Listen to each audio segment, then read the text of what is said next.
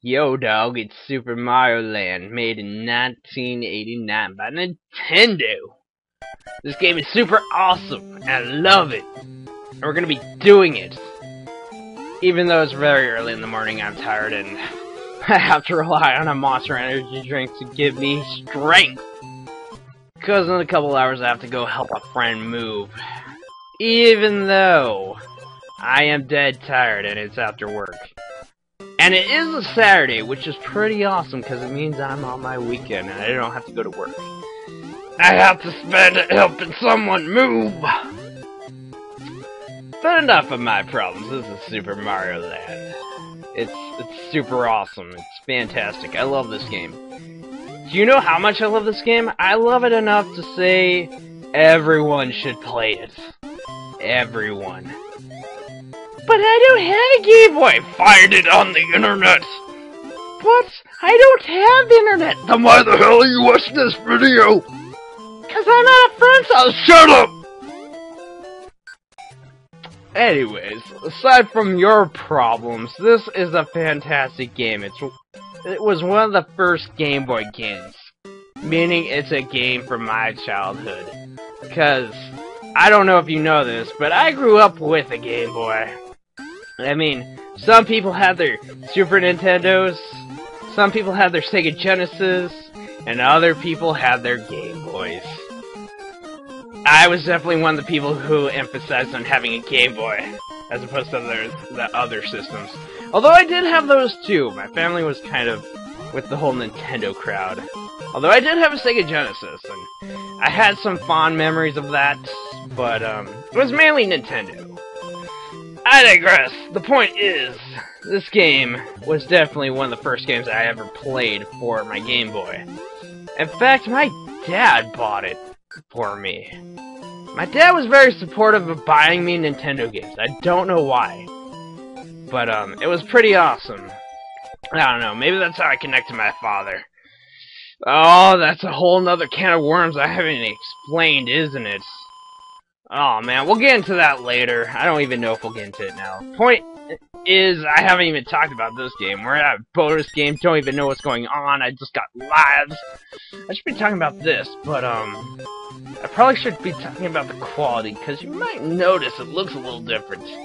Or maybe it's so seamless that you didn't even question it until I brought it up.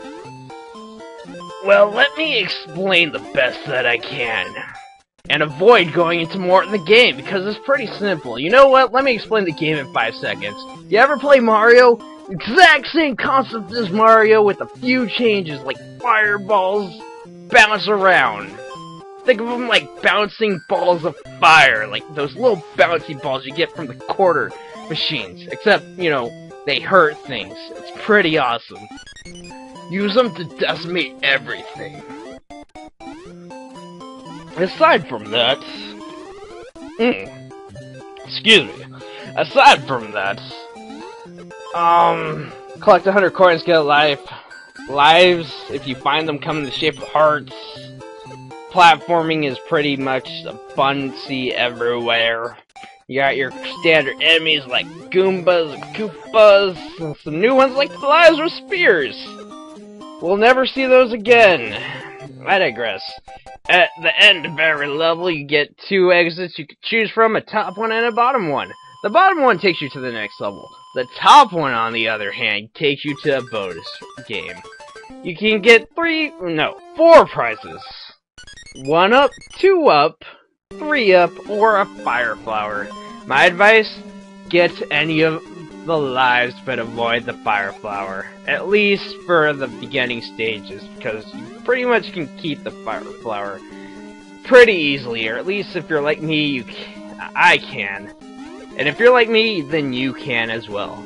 And as I like to think, if I can do it, you can do it. Because I'm kind of your average Joe gamer. But that's besides the point. In the later levels of Fire Flower, even though it's like the worst prize in my opinion, it kind of becomes a saving grace, so it's not necessarily that bad of a prize later on. It's just in the beginning it's good to build up an abundance of lives. I highly recommend it, because my platforming skill is not that great. They used to be fantastic when I was younger. They declined severely as I grew up.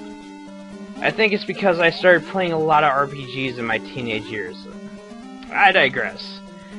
Other than that, that's your basic Mario in a nutshell, or at least Super Mario Land. We'll get into the bosses, though, because, yeah, this game has bosses. In fact, we'll be getting into one at the end of this level. Isn't that exciting? The first boss. It only took me, what, 6 minutes? Close to 6 minutes? Whatever. We'll tackle that as time comes. As for the quality of the video, because I was going into that. Yes, so when I was recording Eternal Darkness, I noticed that there was a lot of frame droppage, and it was getting to embarrassing levels, especially because this isn't the first time I've tried to record this. Oh no, there are several failed attempts. So much that I can say without a doubt there's been at least 7. Oh, and by the way, we're at the boss. He spits fireballs at you. He's a Sphinx. Kinda like Bowser, you know, it's kind of the same concept. You just try to get on the little axe stake thing. It pretty much defeats the boss instantly, and you can move on.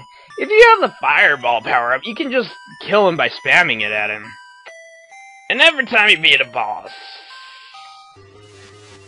Yeah, sorry Mario, your princess is in another castle, but what's this? It's not Peach, it's Daisy. That's right.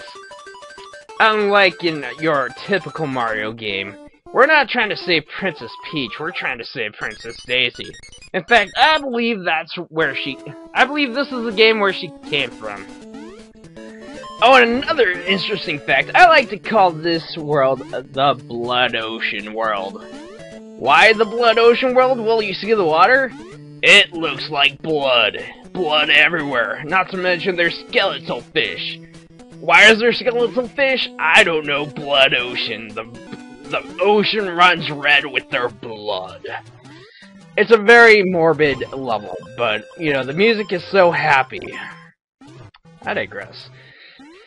Now, anyways, I was talking about the quality of this video and how it looks a bit different, and, that my last capture card was kind of on the fritz, and it was getting embarrassing, and after trying to record this in a failed attempt, I decided, you know, I need to find a solution to this problem. So what was the best solution I could come up with?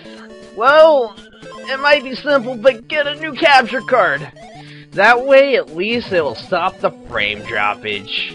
And I'm right, it did. And, in addition to getting another capture card, I kinda splurged a little.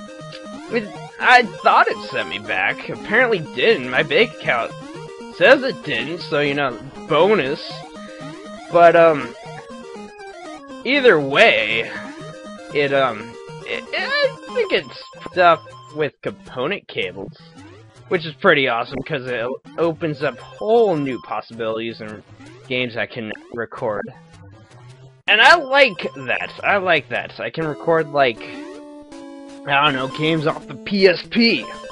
Which there's a couple I kind of want to do, but, I don't know, aside from that, not really much else to say, except the quality, I like to think, looks a little bit better.